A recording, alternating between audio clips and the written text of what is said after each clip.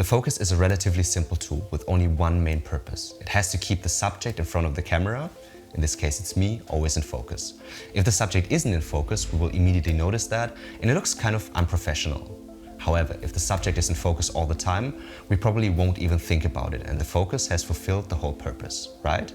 Well, actually, it's not that simple. The focus is a great tool for filmmakers to guide the eye of the viewers. Let me show you that with an example. Imagine this isn't a simple internet video, but maybe a Netflix show or even a cinema movie. 1 second, can we change the lighting to make it more cinematic? Yeah, sure. Nice. And maybe add some color grading? Perfect. Now that helps to explain everything. Until now, your attention was fully on me because I was in focus. Now if we change the focus, all of a sudden you're thinking about the actress in the background who is visible all the time. You might start to think, what is she doing? Why is she so nervous? And what's going on in her head? Now if we change the focus again, all of a sudden you can see the clock. And our brain tries to bring all the bits and pieces of information that we see together to make sense of the situation. We have a nervous person, we have a clock, so maybe she's under time pressure. With a simple focus pull, we've given the scene more context and more depth. Okay, back to me.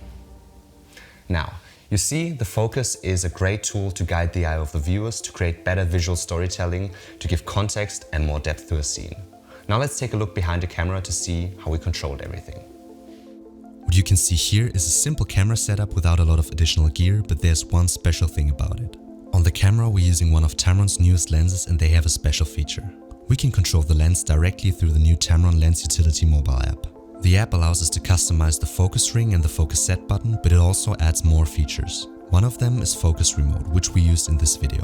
With Focus Remote we can automate focus pulls and use up to 3 different focus points. To show you all of the important features of the app, we created some in-depth videos for you and even shot a short film. To find out more, check out the link in the video description.